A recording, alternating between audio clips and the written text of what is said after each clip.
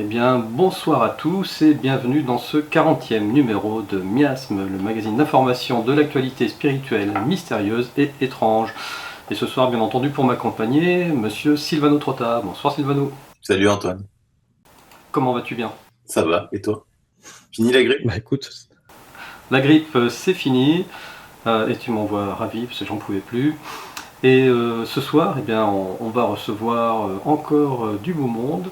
Nous allons recevoir une nouvelle chroniqueuse que l'on connaît, hein, qui est animatrice entre autres sur CTVM TV et sur sa propre chaîne qui s'appelle Audrey Canso et qui va venir une fois par mois nous parler d'un projet participatif qu'on a envie de soutenir. Et entre autres, ce soir, elle sera accompagnée de Lily Oz pour nous parler de son projet de création d'album. Nous aurons aussi Fred du site Lithosphère qui viendra nous parler de ses créations, voilà, de ses créations d'artefacts. Vous verrez, c'est passionnant.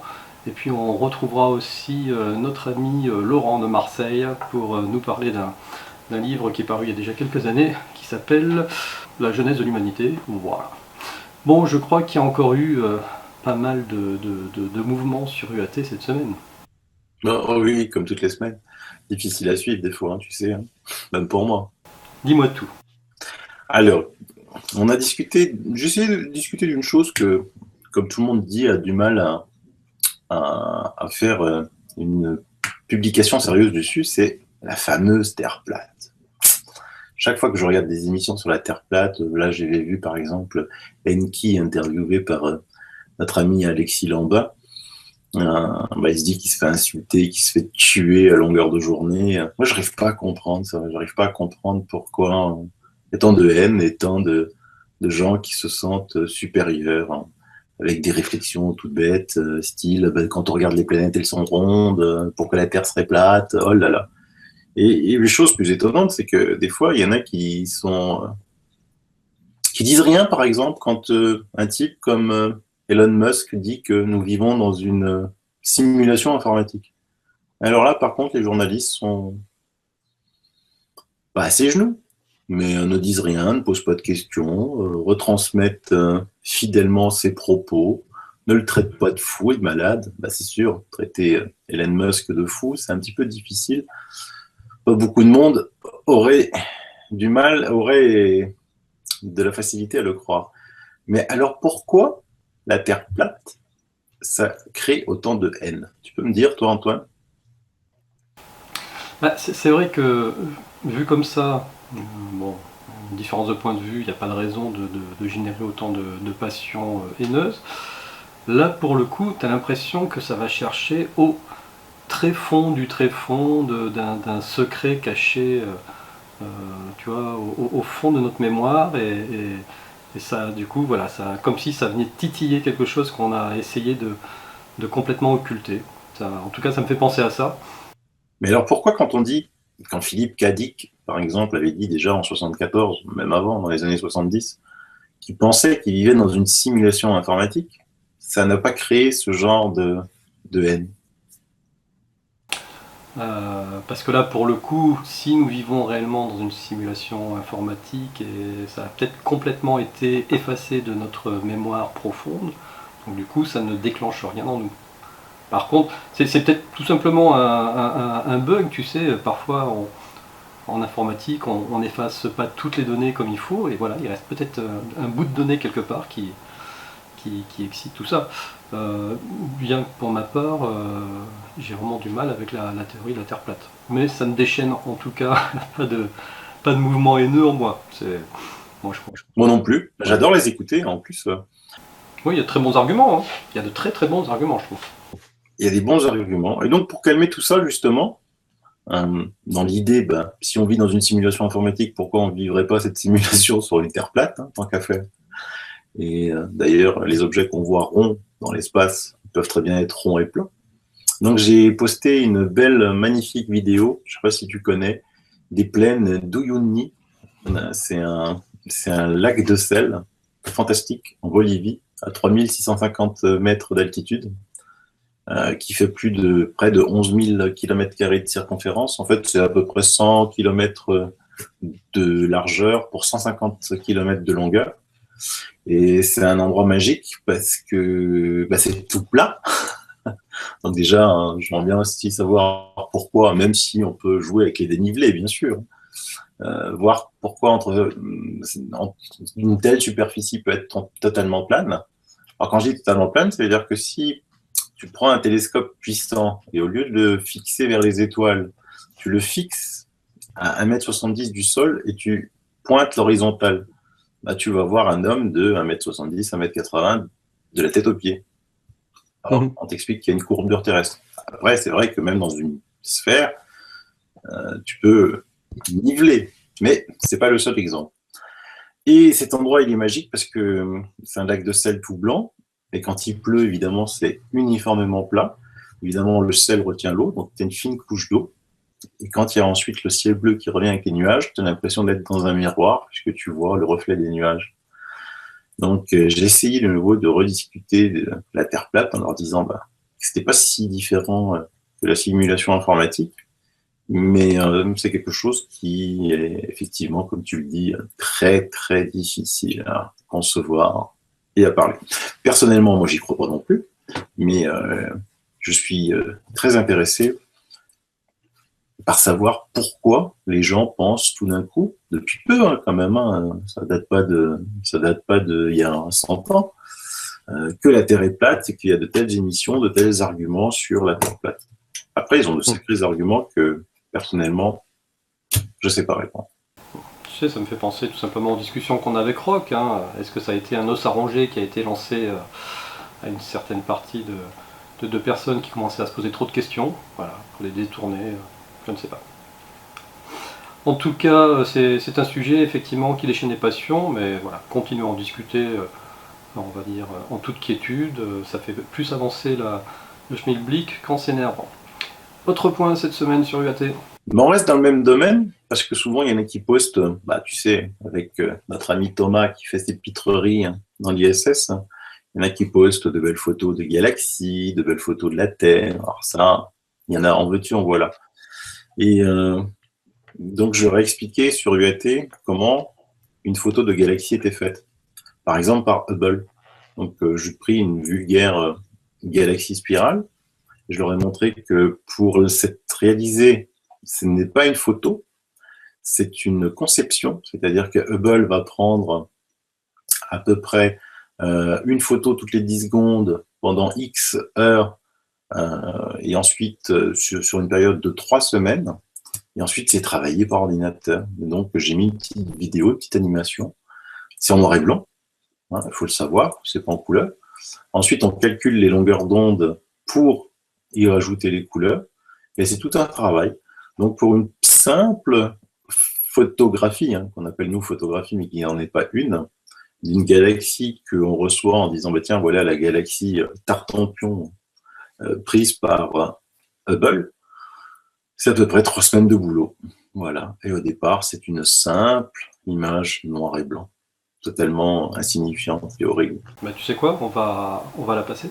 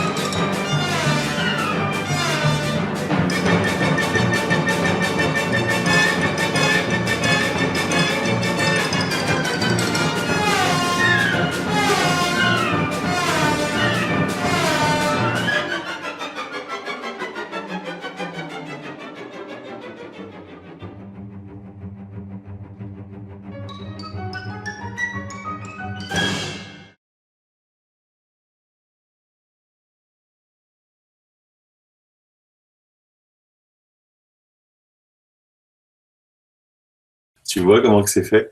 Ah ouais, c'est effectivement. Parce que souvent, il y a des personnes qui disent: «Oh ben non, il n'y a aucune retouche, j'ai passé, il n'y a aucune retouche sur telle et telle photo». Bah oui, il n'y a aucune retouche, c'est normal, ça a été conçu de A à Z. Il ne peut pas y avoir de retouche. Et c'est hélas le cas pour beaucoup de photos également de la Terre, mais là, on ne va pas revenir sur le sujet. Non, tout à fait. Moi j'avais vu un autre sujet aussi très intéressant que tu avais posté cette semaine sur UAT. Il me semble que c'était sur la, ah oui, sur la rougeole. C'est la rougeole ou la vaccination de la rougeole? Ça, c'était pas sur la tête, Dis-nous en c'était sur plus. mon mur perso, parce que et c'est pas grave, je peux t'en parler. Oui, il y avait un chercheur, non, c'est un simple particulier en fait allemand qui avait dit: ben voilà, j'offre 100 000 euros qui me prouve la présence du virus de la rougeole, c'est-à-dire l'existence du virus de la rougeole. Voilà. Et donc, ça a embêté pas mal de laboratoires qui ont porté plainte contre lui. Et puis, donc, comme ils ont porté plainte contre lui, ils se sont retrouvés au tribunal. Et la haute justice allemande, hein, puisque après appel et appel, a dit que ce virus de la rougeole n'existait pas, tout simplement. Mais ça, évidemment, ça vient dans les mensonges. Ouais, mais là aussi, c'est encore hallucinant. C'est-à-dire que déjà, l'information, on ne la trouve que sur ton mur, grosso modo. C'est-à-dire que ça devrait faire la une de tous les journaux français, ce genre d'infos. Donc ça, c'est déjà rien que ça, c'est juste hallucinant.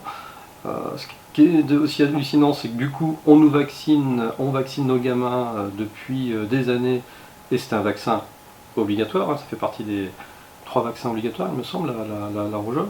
Non. Non? Diphtérie, tétanos, polio. Ok, donc c'est le vaccin facultatif celui-ci? Pour la Oui, rougeole. mais qui est fait. Il y a plein de vaccins facultatifs que toutes les familles font, quoi. Donc c'est un vaccin qui est fortement recommandé. Comme tous les autres. Mais de toute manière, je crois qu'il est tellement fortement recommandé, même si c'est pas obligatoire. Je crois que les crèches, les petites écoles n'acceptent pas les enfants s'ils n'ont pas ce vaccin sur le carnet de santé. Oui, comme ça, ils sont tranquilles.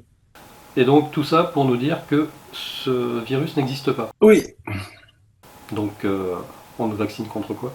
ben justement, contre rien du tout. Mais comme tous les autres vaccins, hein, c'est pas uniquement contre la rougeole. On nous vaccine contre rien du tout ou on nous injecte quelque chose?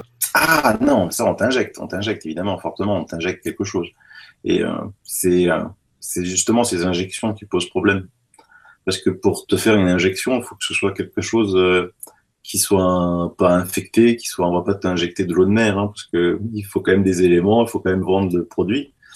Et le souci, c'est que il y a plein dans la composition des vaccins, même si le mercure, qui sous une forme qui s'appelle le thiomersal, est de moins en moins présent, parce qu'évidemment, lui, il est très controversé et a provoqué de sacrés méfaits. Il y a de l'aluminium, il y a du formol, il y a du borate de sodium. Le borate de sodium, tu vas le retrouver par exemple dans la mort au roi. Tout ça, c'est déstabilisant. Mais il ne sert à rien. Aujourd'hui, le vaccin dont on se vaccine le plus, dont on se protège le plus, c'est le tétanos. Le tétanos, c'est la chose la plus aberrante qui n'ait jamais existé au monde. Tu fais une petite coupure, tu vas chez SOS Main, ils te disent même pas bonjour, ils te vaccinent contre le tétanos. Alors que le tétanos, c'est bien connu qu'il n'y a aucune protection contre le tétanos. C'est-à-dire que demain, au printemps, tu vas jardiner dans ton jardin et tu vas te prendre un clou rouillé. Alors, pour attraper le tétanos, il faut savoir que c'est entre la bactérie et le virus. Il va falloir que ça ne rentre jamais en contact de l'oxygène. C'est pour ça que souvent qu'on prend l'exemple du clou rouillé.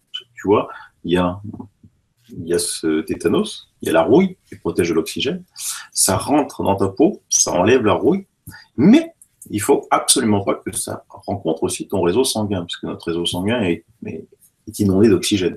Donc, s'il rencontre ton réseau sanguin, instantanément il meurt. Donc, il faudrait qu'il rentre dans ton système lymphatique.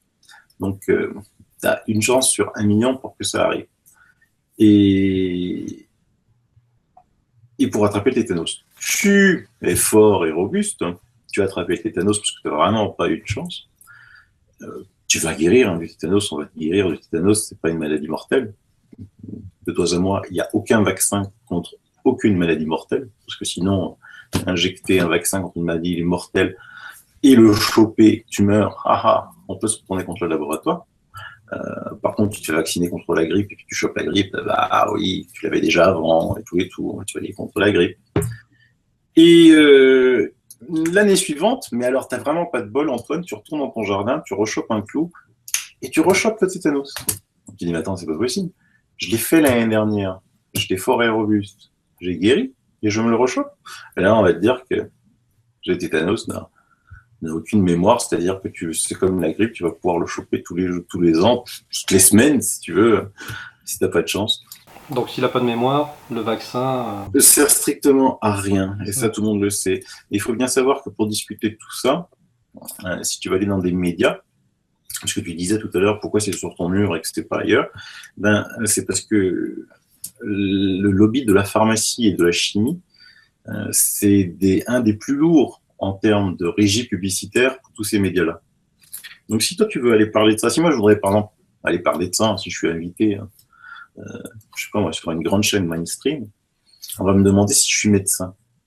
Si je dis non, on va dire bah alors vous n'avez aucune qualité pour parler de ça.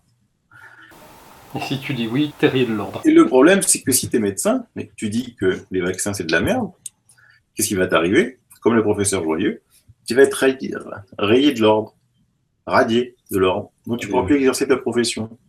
Et donc, tu vois qu'ils se tiennent, c'est le serpent qui se mord la queue, ça ne se transmet pas dans les médias. Et si jamais un média mainstream invite quand même quelqu'un comme moi, ensuite il va perdre tous ses budgets publicitaires. En 1 an, 2 ans, 3 ans. Alors peut-être qu'on peut espérer, Sylvano, que le contraire, tu vois, c'est... Et je m'adresse au grand labo pharmaceutique.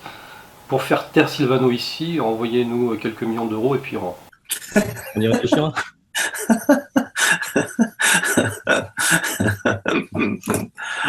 Ok, bon en tout cas ça reste quand même hallucinant. Par contre je me pose quand même sérieusement la question, il y a quand même des enfants qui meurent de la rougeole ou alors ils meurent d'autres choses? Non. Ah, tu meurs pas de la rougeole, c'est n'importe quoi. Le type qui dit que la rougeole fait mourir, c'est un imbécile. La rougeole, c'est rien du tout. La rougeole, c'est guéri comme plein d'autres maladies en 48 heures. Ma fille, qui est vaccinée en rien, la varicelle, elle a été guérie en 48 heures. La roséole, enfin plein de maladies, elle les a guéries dans l'espace de peu de temps. Il n'y a aucune... Le système immunitaire, c'est quelque chose qui est fantastique, merveilleux. Donc, corps humain, c'est une véritable armée. Et justement, elle est amoindrie, cette armée, parce que déjà, on vaccine des nourrissons maintenant, avec des soupes chimiques infectes, et alors que le nourrisson, lui, n'a pas encore de système immunitaire. C'est complètement stupide de vacciner un nourrisson.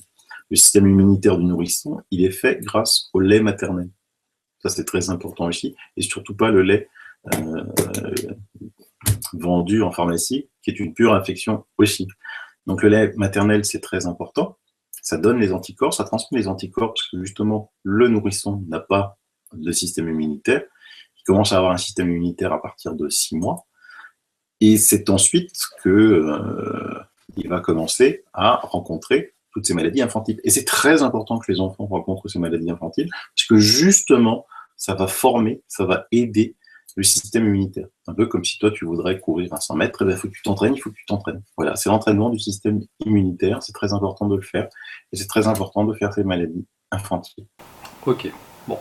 En tout cas, voilà, si vous posez des questions là-dessus, nous, on informe d'un certain point de vue, renseignez-vous par vous-même, cherchez par vous-même, et faites-vous votre point de vue par vous-même. Oh oui. Allez, un dernier petit sujet du AT, du coup, vu que l'autre était sur ton mur, à toi, cette semaine. Bonne petite histoire qui est arrivée, je rappelais une histoire qui arrivait, un truc inexpliqué encore, en Sicile, au début des années 2000. C'est un village qui s'appelle Canetto di Carogna, qui est au bord de la Méditerranée, un petit village fantastique. Et tu as quelqu'un qui, le soir, voit une lumière orangée sortir de la mer et grossir, pour atteindre vraiment la taille, on va dire, un diamètre de 30 mètres et illuminer tout le village. Et évidemment, le lendemain, tout le monde parle de ça. Et puis, un autre voit de nouveau cette magnifique boule orange. Et puis, petit à petit, tout le village se met à parler de ça, et c'est oublié. Il ne se passe plus grand-chose qu'en 2004. 2004, une maison, les fils électriques d'une prise prennent feu. Et puis une autre, et puis une autre, et puis un canapé, et puis un disjoncteur, et plein de feux. À peu près 300 feux se déclarent dans ce petit village, de manière inexpliquée, à l'intérieur des maisons. Évidemment, la presse est alertée, d'abord les journaux locaux, ensuite la grande presse, des scientifiques arrivent, un petit peu de partout, y compris des États-Unis, parce que c'est vraiment un phénomène complètement inexpliqué. Et du reste, le gouvernement italien est obligé de vider le village parce qu'il y avait un réel danger. Donc non seulement le village a été vidé de tous ses habitants, mais l'alimentation électrique du village a été coupée par l'EDF italien. Mais les feux continuaient à se propager sur les fils électriques. C'est-à-dire que des maisons prenaient feu sans savoir pourquoi. Et donc évidemment, toutes les théories possibles et inimaginables ont été émises. L'œuvre du malin, donc Satan, les extraterrestres, une source géomagnétique qui serait arrivée sous le village. Des experts et des scientifiques sont venus, ont pris des mesures, et rien. Tout d'un coup, ça s'est éteint un jour. Les habitants étaient autorisés à rentrer dans leur village, mais on ne sait toujours pas ce qui a provoqué cela. Alors, est-ce qu'il y a un lien de cause à effet avec ces fabuleuses boules oranges sortant de la mer? Aujourd'hui, on ne le sait pas. Mais le mérite des Italiens, c'est qu'ils n'ont pas de GEPAN, eux, donc ils n'ont pas essayé de trouver des explications complètement imbéciles. D'accord, effectivement, c'est une histoire. Alors, qui me rappelle, moi, une histoire qui s'est passée dans le sud de la France, sur laquelle avait enquêté Yves Lignon. Et visiblement, le résultat de l'enquête, c'est que c'était des. Comment dire, des incendiaires qui auraient été à l'œuvre de tout ça, mais le doute quand même persiste et subsiste. Mais là, par contre, le risque incendiaire a été à 100% écarté. C'est impossible, tout simplement pour la bonne raison, c'est que tu peux aller sur YouTube et tu tapes Canetto di Carogna, tu vas avoir on va dire une centaine de vidéos où tu vois vraiment, par exemple, tu as une prise, et tu vois cette prise, il y a de la fumée qui commence à sortir, tu vois. Donc les gens commencent à filmer, et puis après la fumée, il y a les flammes qui sortent. Donc tu vois, il n'y a aucun risque que ce soit un incendiaire qui s'amuse à mettre le feu dans les maisons, puisque c'est à l'interne des maisons. Et puis surtout des canapés, quoi. Et on voit la forme. Ça ressemble un petit peu à des phénomènes d'autocombustion humaine, mais sans cet effet de chaleur massive, ça fait vraiment de la fumée. Et tous les experts, il y a des experts et des scientifiques qui ont vu des départs de feu comme ça, quoi. Tu vois. Donc, c'est pour ça que à 100%, l'incendiaire a été retiré de la liste et c'est complètement impossible. Et c'est inexpliqué, ils le disent, les scientifiques eux-mêmes disent, on ne sait pas l'expliquer encore ce phénomène. Ok, en tout cas, merci pour ce cas. Et puis, on attaquera la semaine prochaine les suites des informations UAT en cours. Eh bien écoute, on va immédiatement recevoir Lily Oz et... Avec une guitare, c'est génial. Bonsoir messieurs, dames. Bonsoir, merci de nous recevoir. Donc, alors je t'ai cité, mais je n'ai pas cité ton guitariste derrière toi. C'est Thierry Matteo qui est avec moi. Thierry Matteo.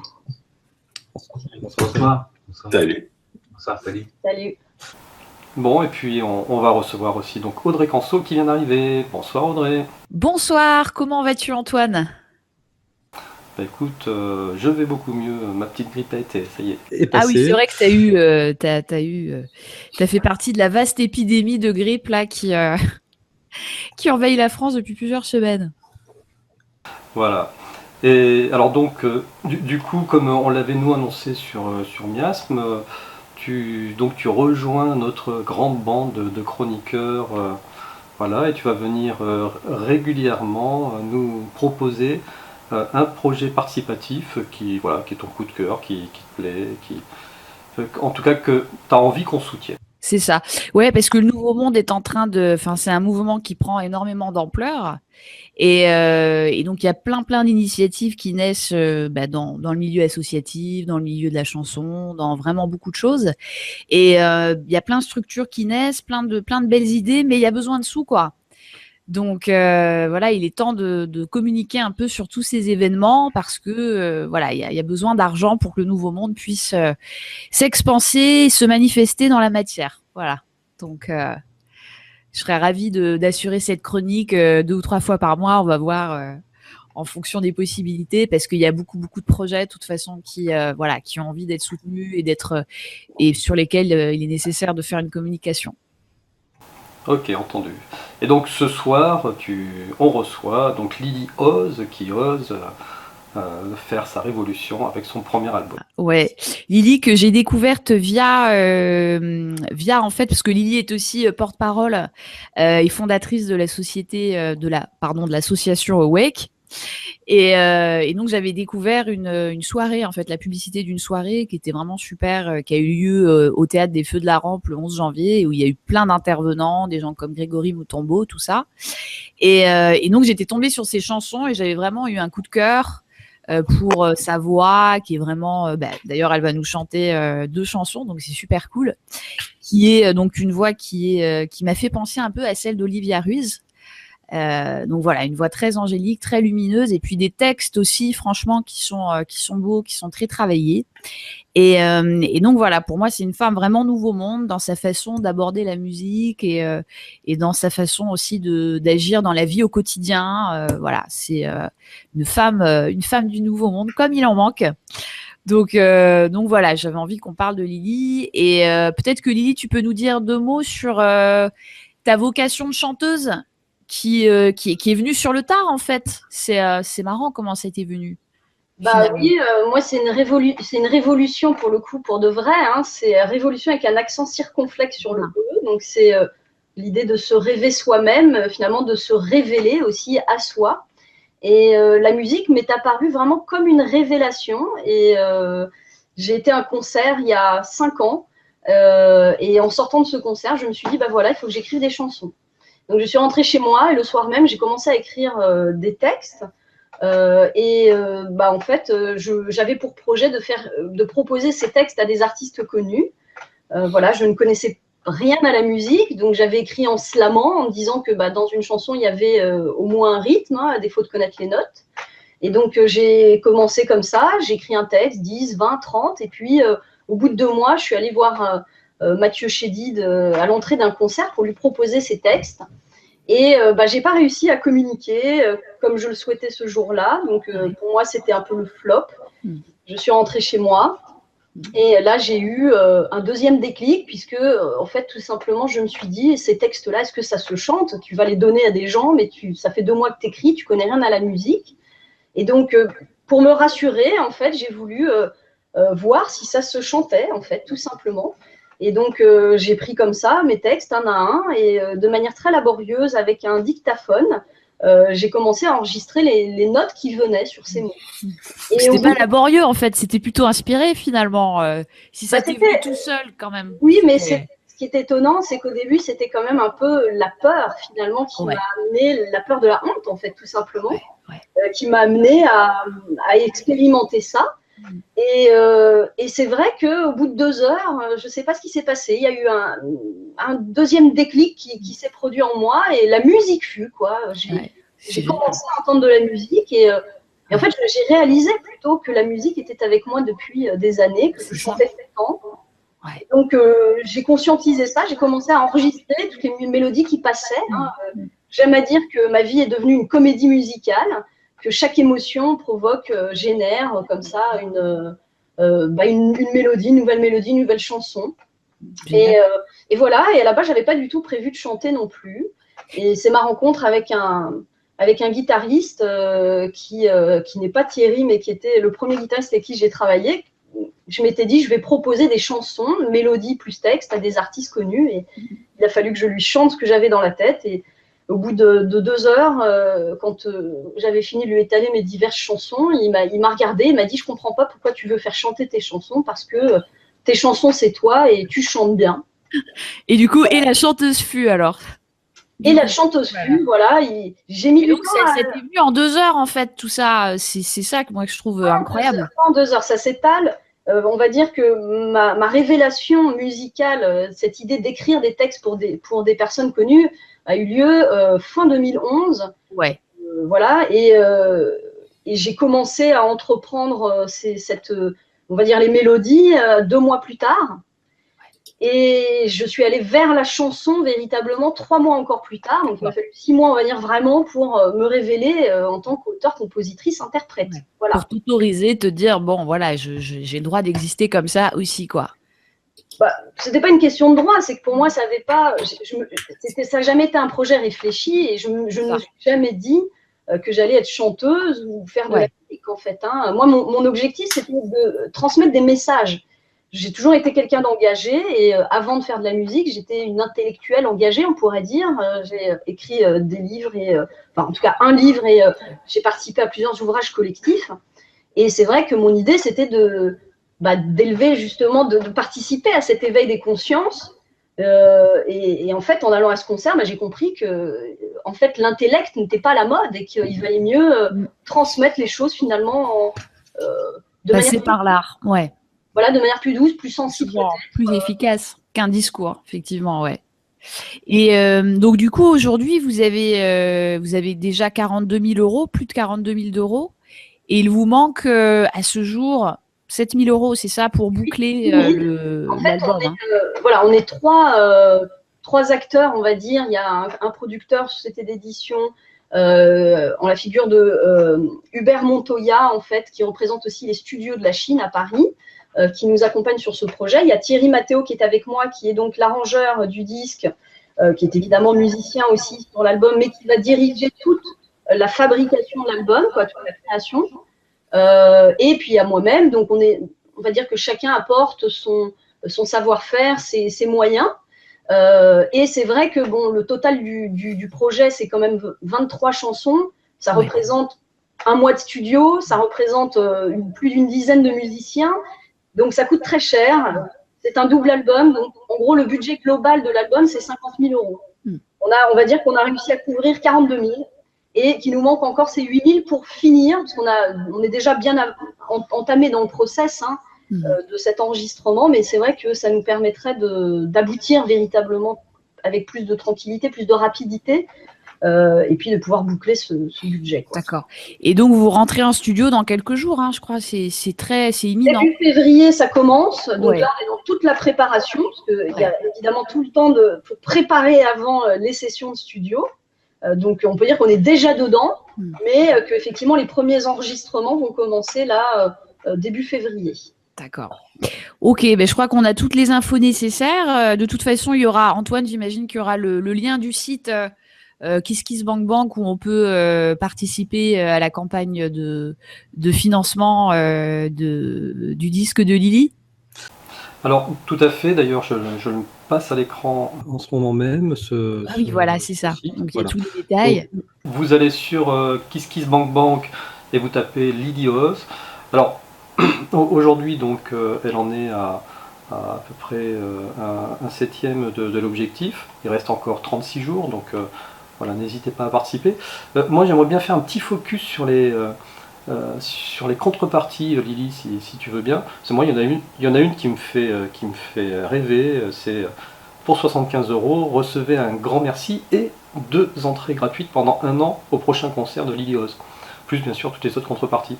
C'est-à-dire que la personne qui met 75 €, elle a un pass pour 1 an pour voir tous tes concerts, c'est ça? Ouais. C'est génial. Bah ouais, c'est génial. Et évidemment, il reçoit l'album. Il y a d'autres contreparties, effectivement, dans les contreparties précédentes. Il reçoit l'album en avant-première. Donc, il y a pas mal de choses.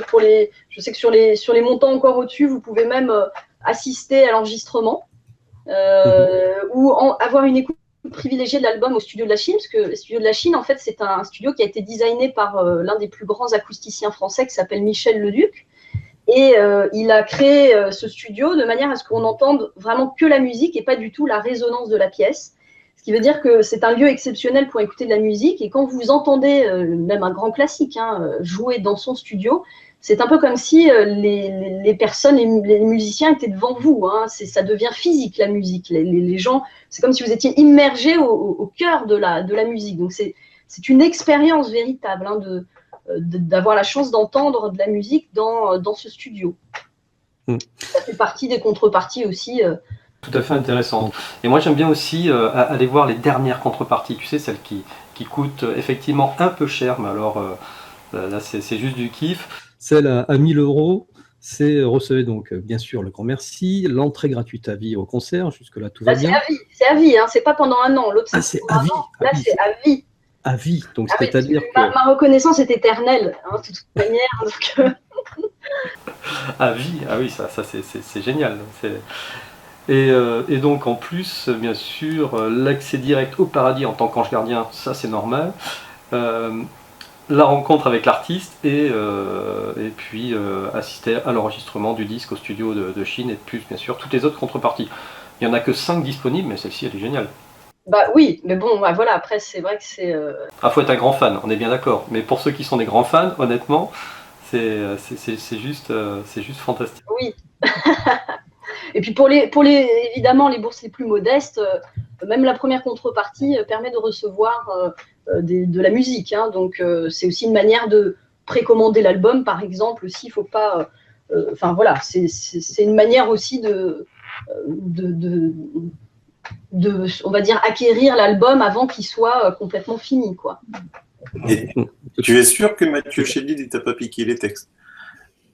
Je suis sûre. Après, il y a eu beaucoup de... C'est très intéressant parce que j'étais très imprégnée, je crois, à cette époque-là de Mathieu Chédid. Je ne sais pas si je me suis calée sur ses ondes, mais il a été pour moi comme une muse. Donc, il m'a accompagnée dans ce temps de développement. Et il y a eu beaucoup de synchronicité dans ma vie à cette période, à tel point que à chaque fois que je rencontrais un ami, il me disait « Ah tiens, dis donc, j'ai croisé Mathieu Chédid dans la rue, ou j'ai été boire un café avec lui. » Je me disais « Mais c'est pas croyable, tout le monde rencontre Mathieu Chédid et moi, je suis obligée d'aller l'attendre à l'entrée d'un concert pour pouvoir espérer lui parler. » Donc c'était vraiment assez dingue. Et c'est vrai que j'ai une chanson qui s'appelle « Toi, tu, moi, il », et que son album décline un peu, donc « Toi, tu, moi, il », c'est tout un jeu de mots aussi autour du jeu, du jeu, du toi et du toi. Voilà, il y a tout un truc autour de ça. Et c'est vrai qu'il a développé plusieurs chansons autour de cette logique. Il y a une chanson qui s'appelle « Il », il y a une chanson qui s'appelle « Elle ».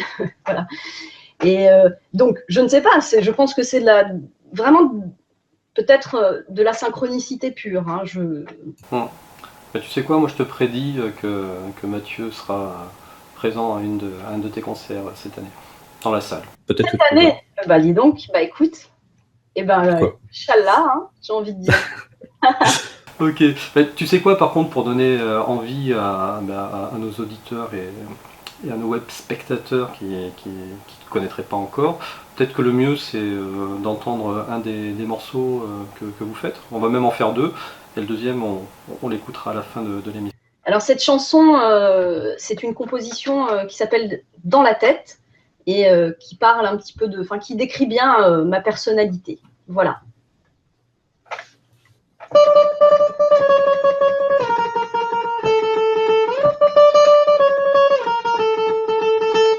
J'ai dans la tête des pensées qui m'embêtent, comme une tempête qui me guette, qui m'inquiète. Et je coule dans la houle, je roule, la passion dévorante, une vie débordante. Et je coule dans la houle, je roule, c'est la vie qui me prend dans ses bras.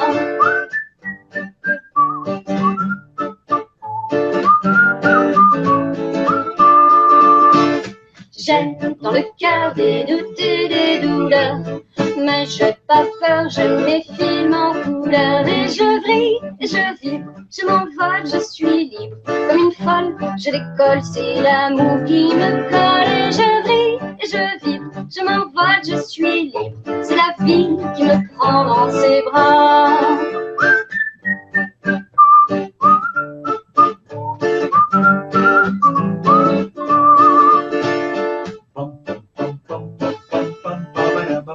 Mais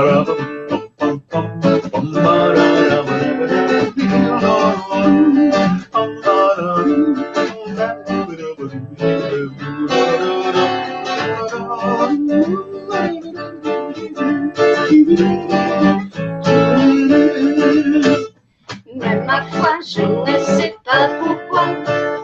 Dans ma tête à moi, ça fuse et ça tournoie. Et je coule dans la houle, je roule. La passion dévorante, une vie débordante. Et je coule dans la houle, je roule. C'est la vie qui me prend dans ses bras. Sans inquiétude, je passe et puis j'ai lu.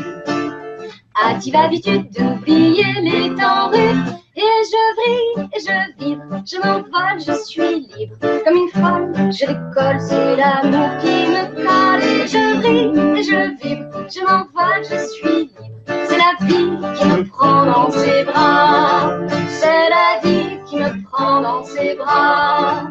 C'est la vie qui me prend dans ses bras.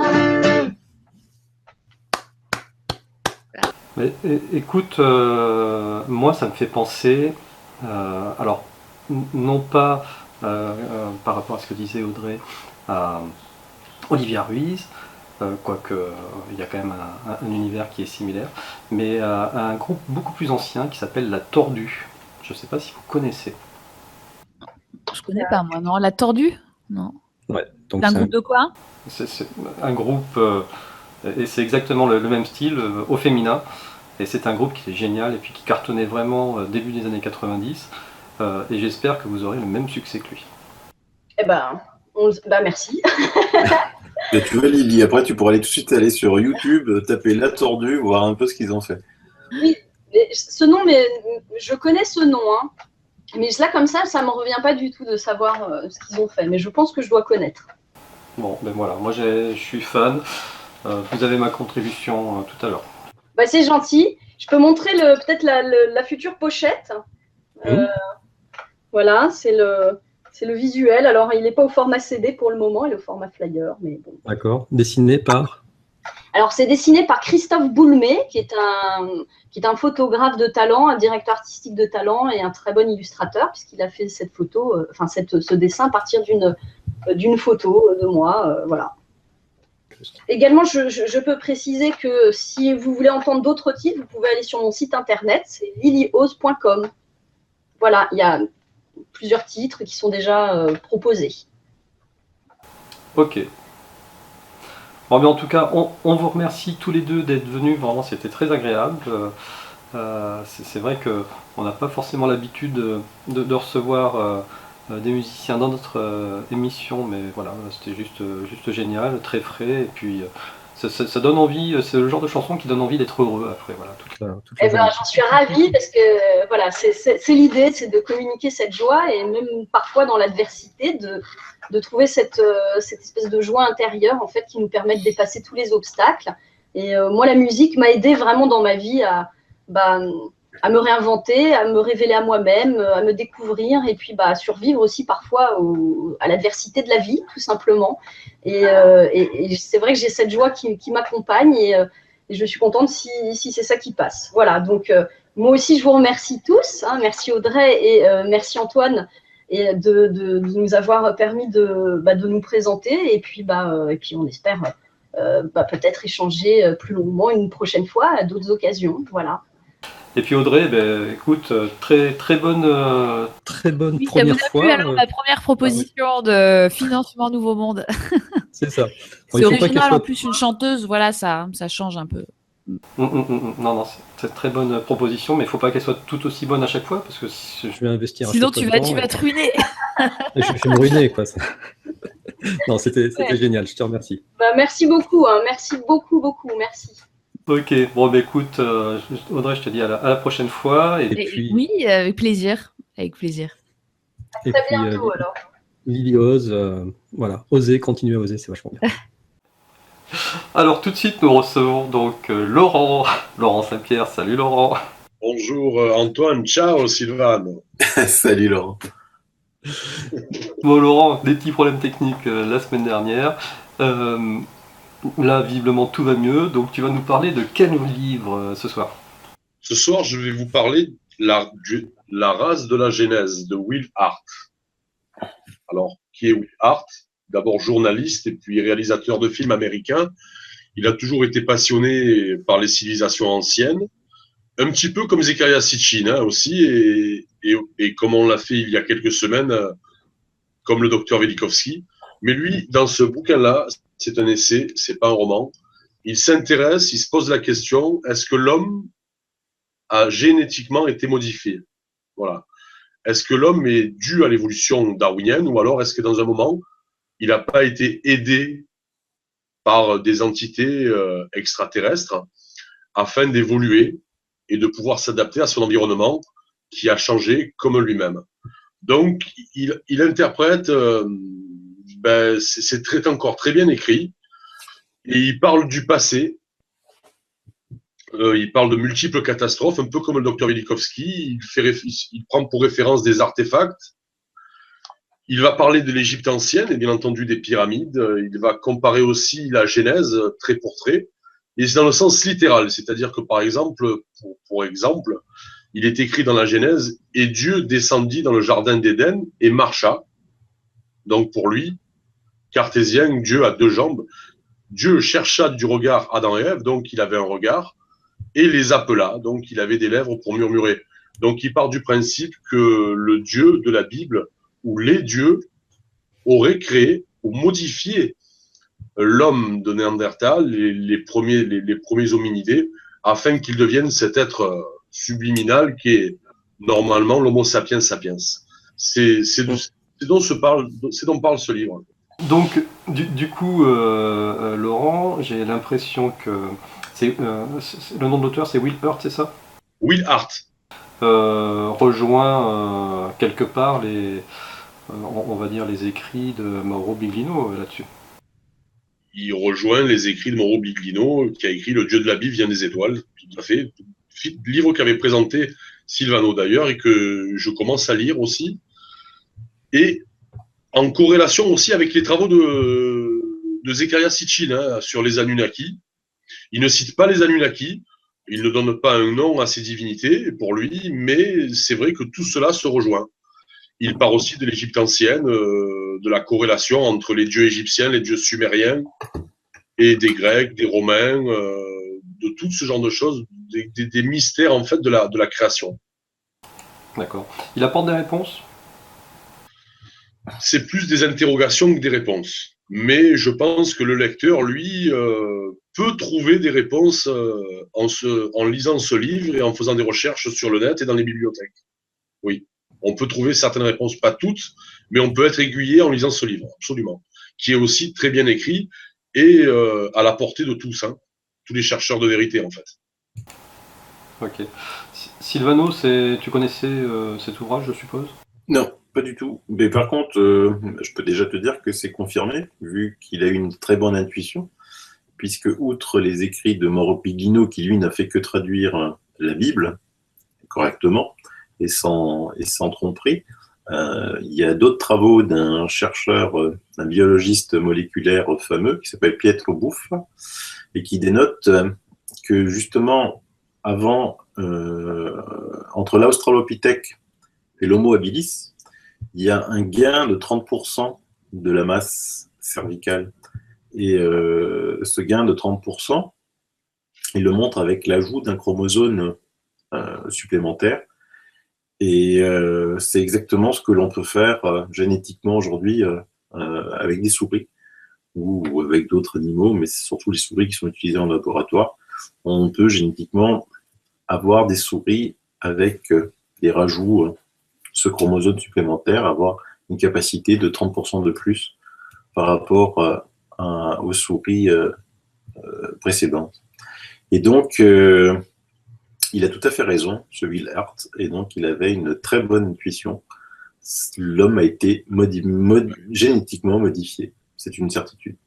Mais est-ce qu'un jour il y aura une publication dans une revue scientifique digne de ce nom? Alors, le doc écrase tout ça. Le Pietro Buffa, c'est vraiment un scientifique, donc il a fait des publications, puis il a écrit un livre, il s'appelle, alors il est qu'en italien, en français, ça donnerait Les gènes manipulés de Adam. D'accord. Voilà. Alors là, justement, Will Hart, dans un des chapitres, qui est quasiment un des derniers, il se demande pourquoi, depuis des milliers d'années, l'homme n'a pas évolué physiquement. Puisque si on s'en réfère à la théorie darwinienne, il y a toujours une évolution à partir de 10, 20 000 ans. Et là, depuis l'Homo sapiens sapiens, depuis l'apparition du premier Homo sapiens sapiens, l'homme n'a pas vraiment évolué physiquement. Il a grandi, il s'est musclé, mais il n'a pas, on pourrait penser qu'il aurait, au fil des millénaires, changé d'apparence. C'est parce qu'on leur convient très bien comme ça. Certainement. Voilà. Moi, je vous invite à regarder l'émission qu'on avait faite avec Bleuette Dio en fin de l'année dernière, où elle reprenait d'ailleurs cette théorie, hein, elle a fait des recherches sur cette masse volumique des boîtes crâniennes, et effectivement, elle en arrivait à la conclusion qu'il n'y avait pas de possibilité d'évolution naturelle, que le gap avait été passé d'un coup, et que justement derrière ça impliquait complètement une manipulation génétique. Ouais, Pietro Buffa, lui, le démontre. Il le démontre scientifiquement. Ok, et quand est-ce qu'il est traduit alors, ton Pietro Le problème, c'est que... Quand est-ce que tu montes ta maison d'édition, Silvano, pour nous traduire tous ces chercheurs italiens C'est vrai, ça, des fois je me pose la question, tu sais, franchement. Hein. Parce que Oui. pour monter une maison d'édition, pas grand-chose.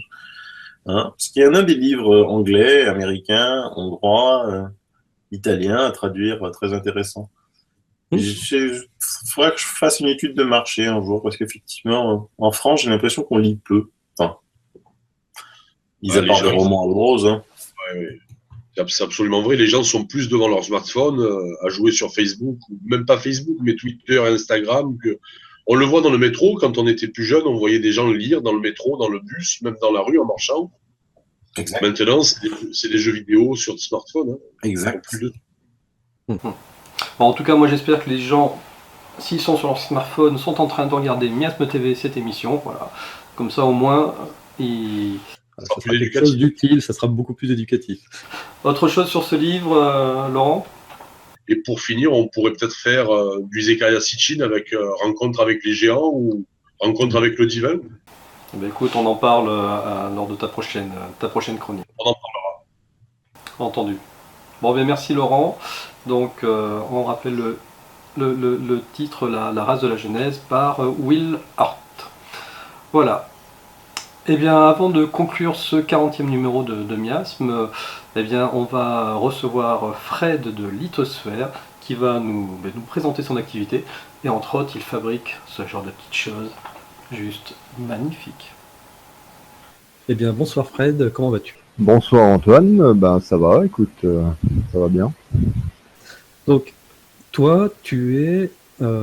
comment est-ce que tu te définirais ? Artisan, mouleur, sculpteur, artiste ? On nous dit artiste, mais on va pas avoir cette prétention, on va qualifier ça comme modeleur-mouleur, tout simplement. Ouais. D'accord.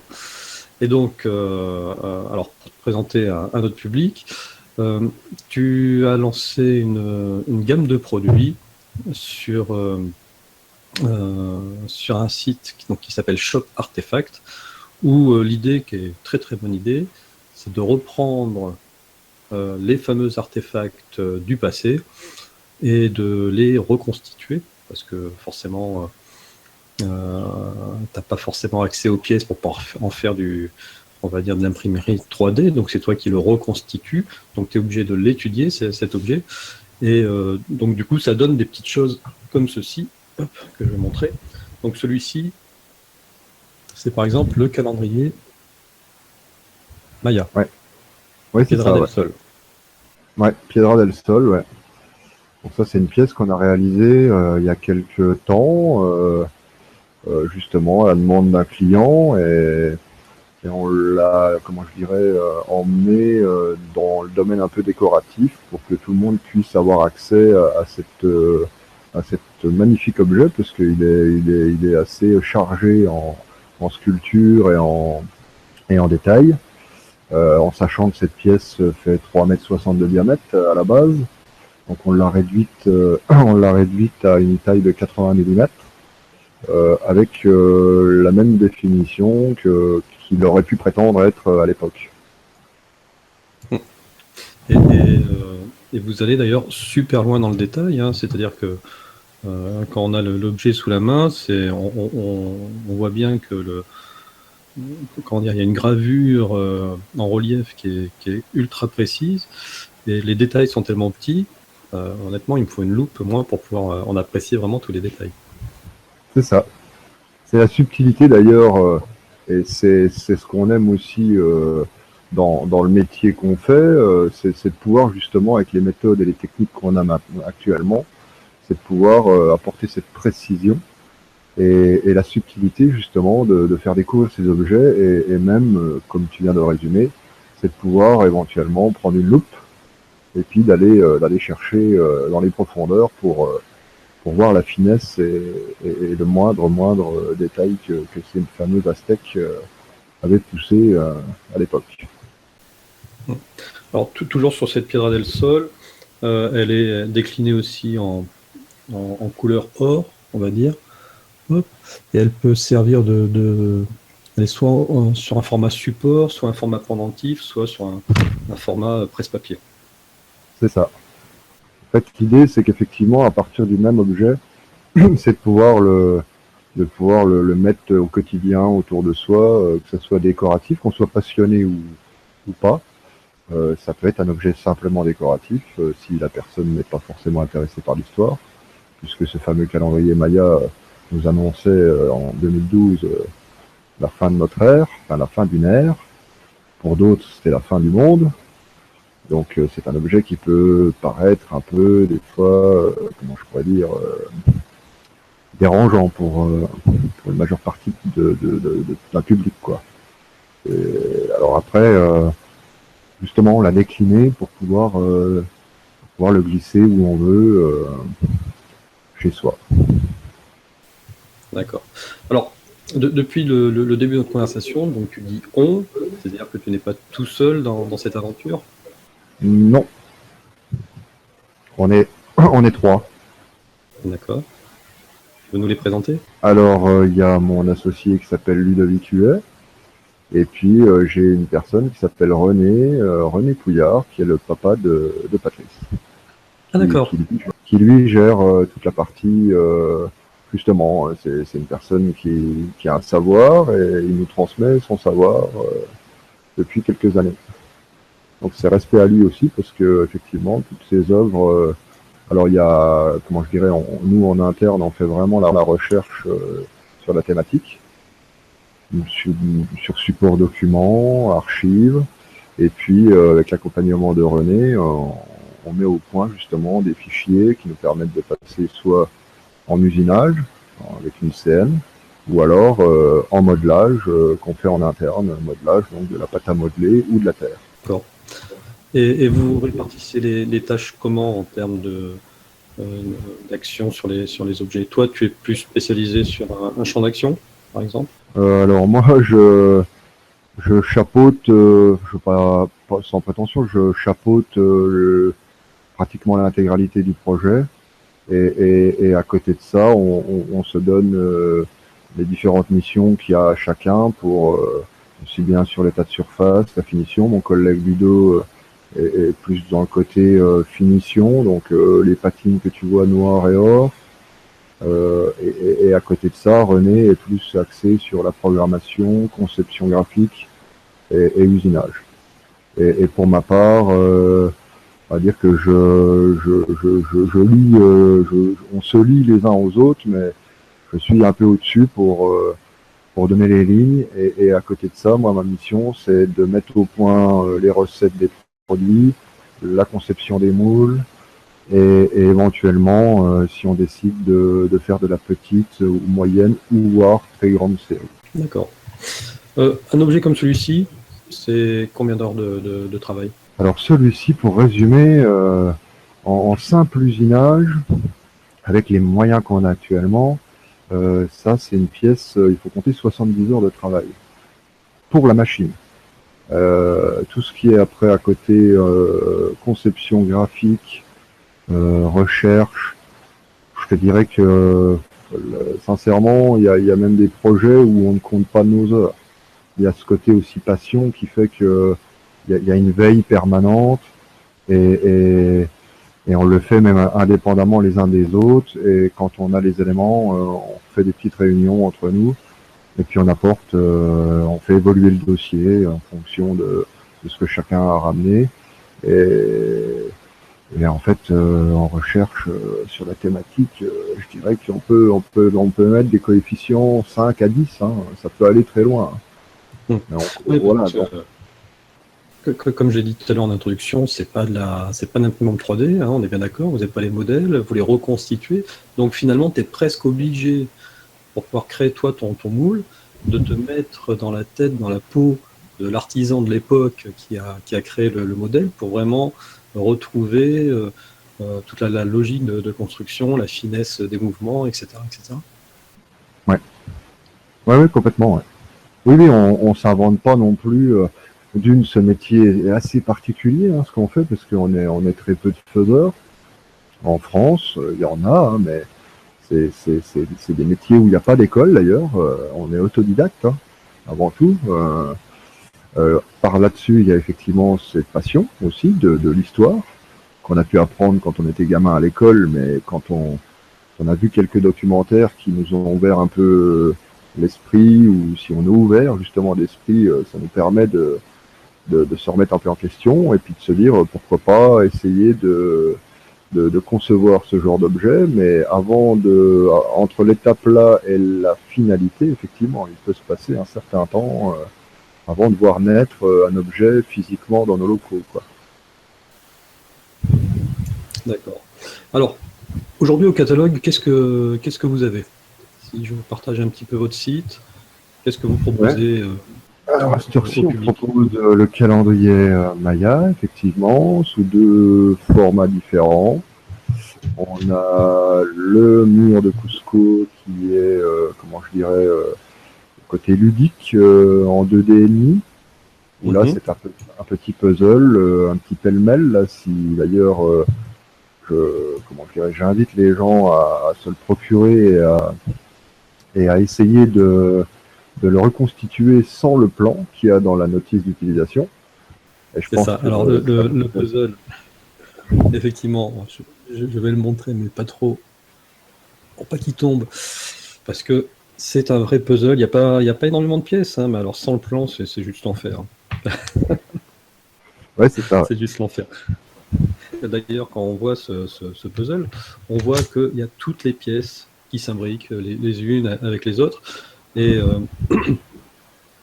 quand on se dit que c'est de la reproduction exacte de ce qu'il y a à Cusco, les artisans maçons à l'époque, ils sont vraiment triturés la tête pour tout faire coïncider. C'est juste la folie, ça aussi. Ouais, complètement. Et alors nous, c'était déjà un défi de pouvoir refaire ce puzzle.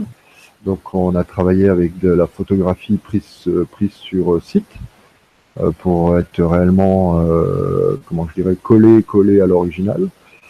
Mais ce qu'il faut savoir, c'est que d'ailleurs, il y a beaucoup de chercheurs ou de réalisateurs de documentaires qui en parlent, dont le fils à René, sur ces fameux murs cyclopéens. C'est que là, toi, tu l'as devant toi en 2D et demi, si on peut dire ça. Mais généralement, ils ont la même imbrication, mais sur le plan de 3D.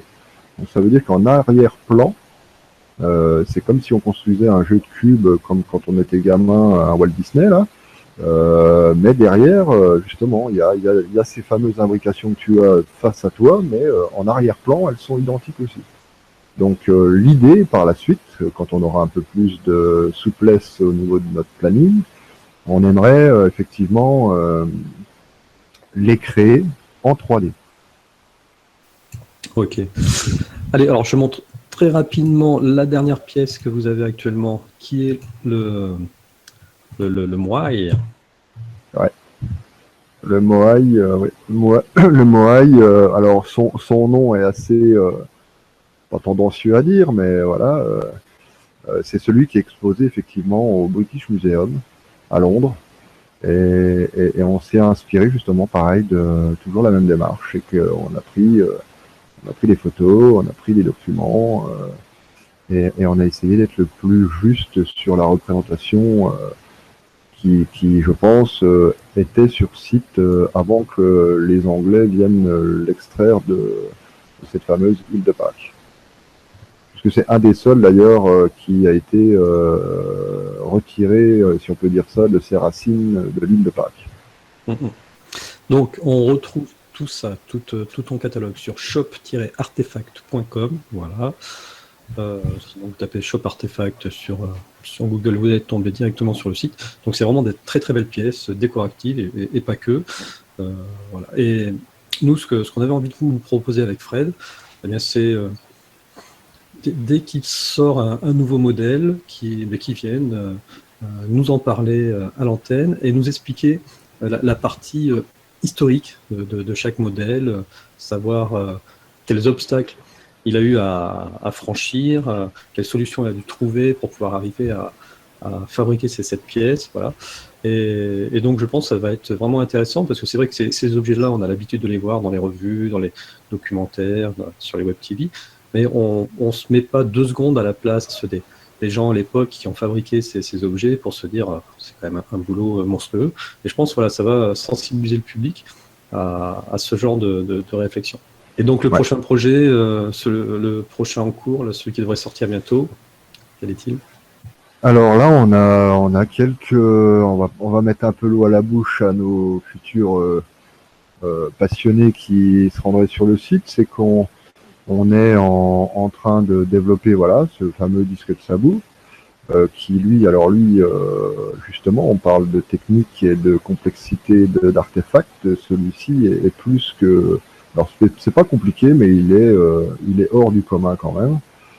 C'est qu'il était taillé dans du schiste et avec une finesse juste impressionnante.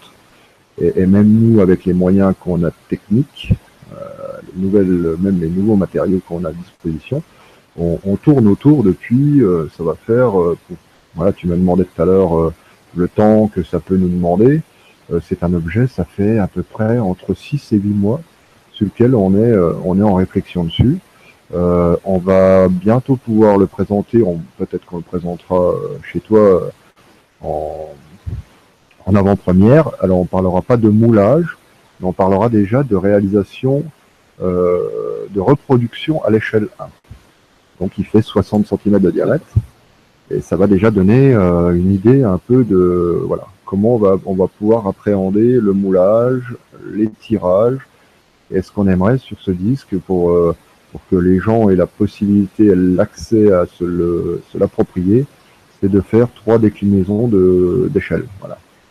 On le sortira à l'échelle 1, à l'échelle 1/5, 1/2, 1/5, et après à voir. Après, on n'a pas encore prédéfini les échelles totales, mais on peut le décliner en 4 formats, je pense.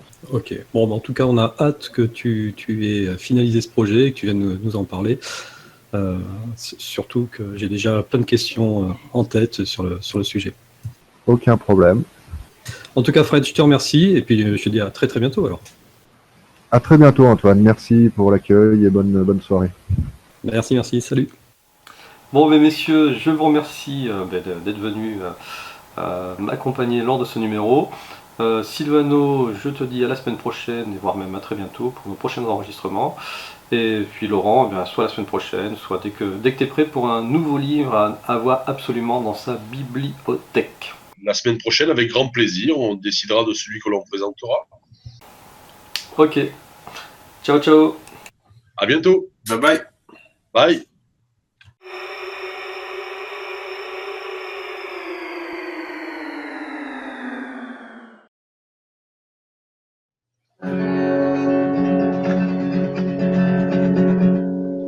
Avant que les anges ne gagnent, nous devrons marcher encore. Avant que les anges ne gagnent, nous devrons aimer plus fort. Et demain, mon amour, nous verrons au petit jour surgir enfin dans l'hiver les fleurs. fleurs de lumière surgir enfin, le printemps de la terre surgir enfin, dans l'hiver les fleurs de lumière surgir enfin, le printemps de la terre. Avant que l'orage ne gronde, nous devrons rêver encore. Avant que l'orage ne gronde, éveiller l'âme qui s'endort. Et demain, mon amour, nous verrons un nouveau jour surgir enfin, au milieu de la nuit des temps surgir enfin, depuis l'aube de demain surgir enfin, au milieu de la nuit des temps surgir enfin, depuis l'aube de demain. Avant que les anges ne gagnent, nous devrons y croire encore.